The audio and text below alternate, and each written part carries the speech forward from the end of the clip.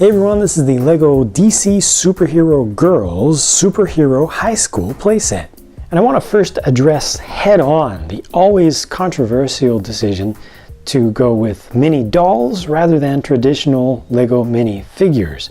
The thing to keep in mind, if you're not familiar with it, is that this is based on the DC Comics Superhero Girls series, the animated series published by Warner Brothers worldwide that uses characters that pretty much look like this.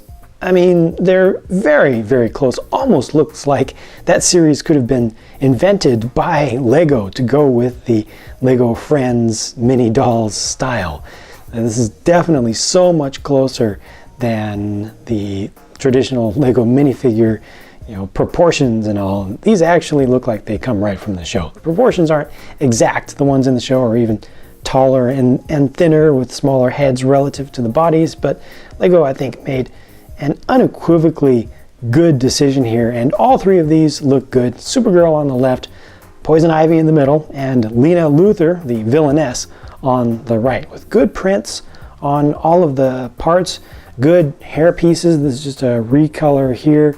There's a bit of print on the hair here, the headband for Supergirl as well, and some of these have different positions of the small holes where you can attach small accessories. Supergirl has just the single piece cape here. Also comes with her phone, which is a brand new print for this year and is particular to this series as well. So the high school building itself is actually impressively tall, especially given the part count for the set. It's nowhere near to scale, but they give you actually 3 floors that you can interact with.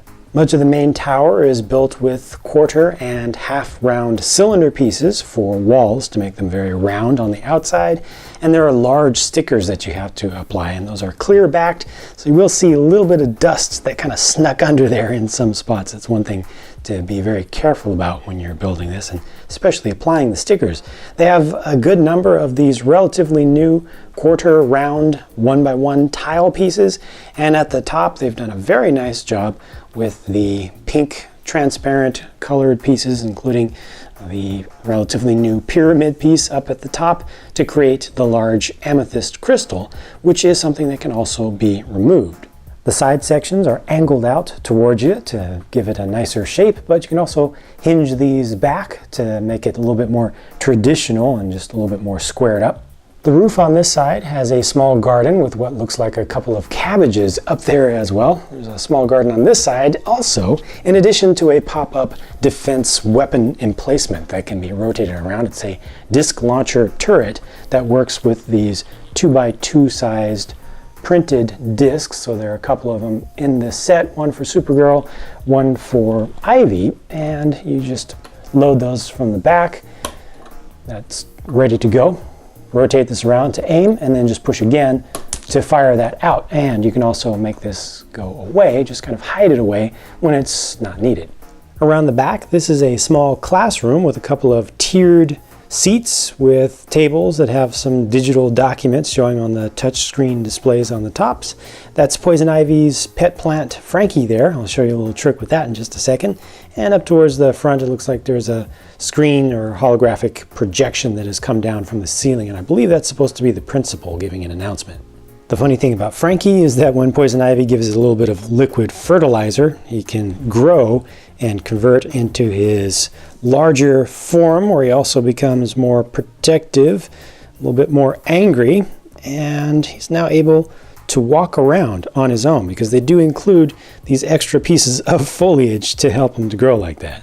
The classroom on the opposite side of the building is where you learn how to make super suits. So this is Crazy Quilt's classroom, and there's a projection of Crazy Quilt up here, and that can actually spin around. I guess it's doing a little bit of absentee teaching. Only one desk in this classroom. It's a limited amount of space, but that shows a super suit pattern on the top. That's a sewing machine represented in the back, a couple of drawers for supplies down below, some spools for different colors of thread, and this is just a stand for holding up a super suit or a cape.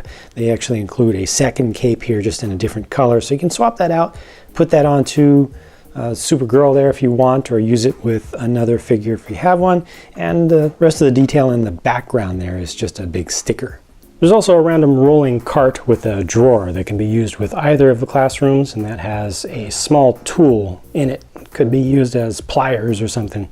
Now remember how I showed that you can change the angles of these side parts of the building, the classrooms? Well, you can also remove them entirely from their hinges, and then you can place them wherever you want. So if you want to create more of a closed space around the back, like so, have the classrooms off to the sides of the hallway. They also have an additional clip on each one that allow you to do something like this if you want to make them a little bit more side by side, or you can even bring them together like this and kind of close them up around the back. That's an interesting look right there, but you might want to put a stack of bricks down the center or a piece of cardboard or something to create a wall between those. But just a different shape that you can make. It's kind of a pretty design having them all together like this. You close this up. Of course, you can't get into it that way, but they just give you some options that are easy to work with. This also combines the two parts of the garden up here on the top.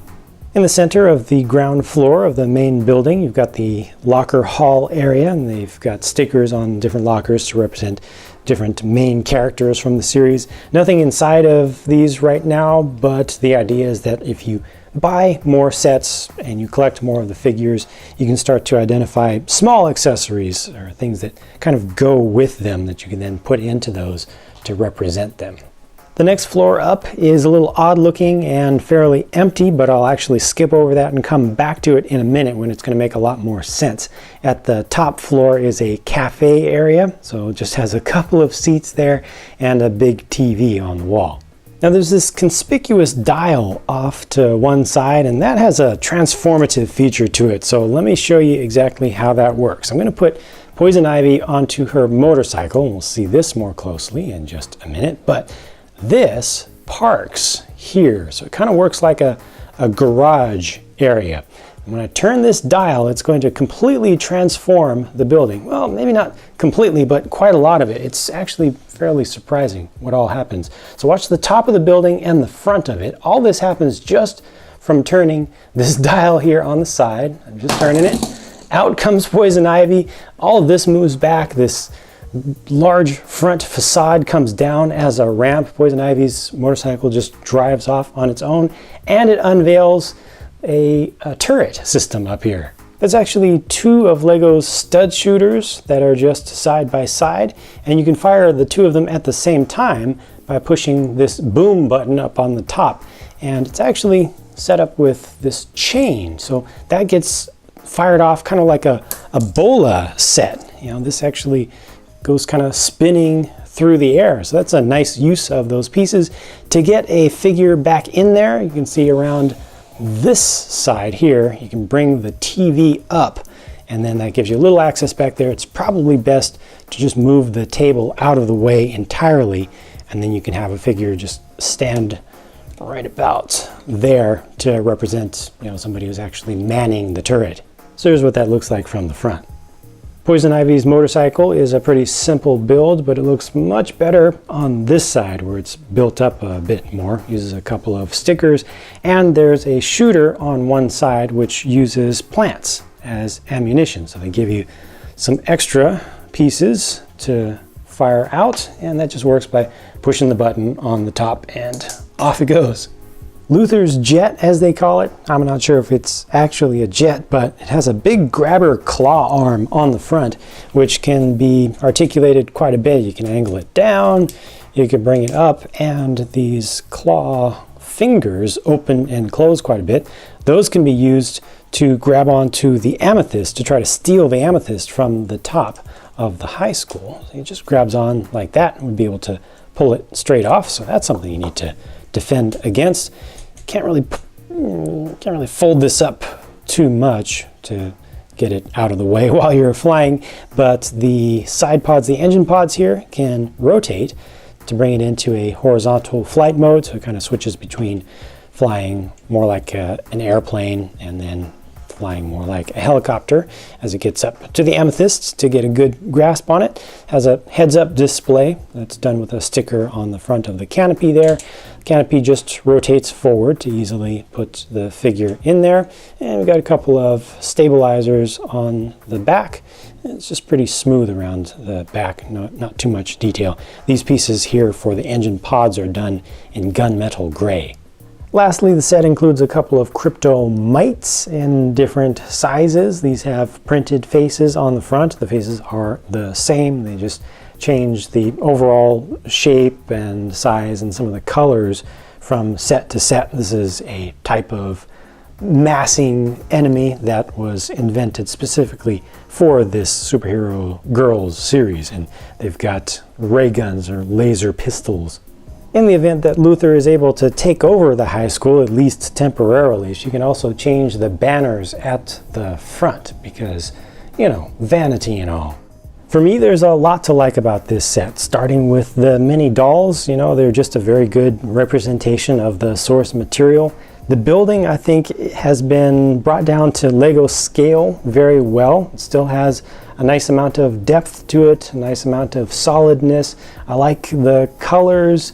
I like the transformative feature to launch out the motorcycle and get you access to the second turret. And I especially like the design of the amethyst crystal up on the top. It just has a real nice overall shape to it and a pretty color.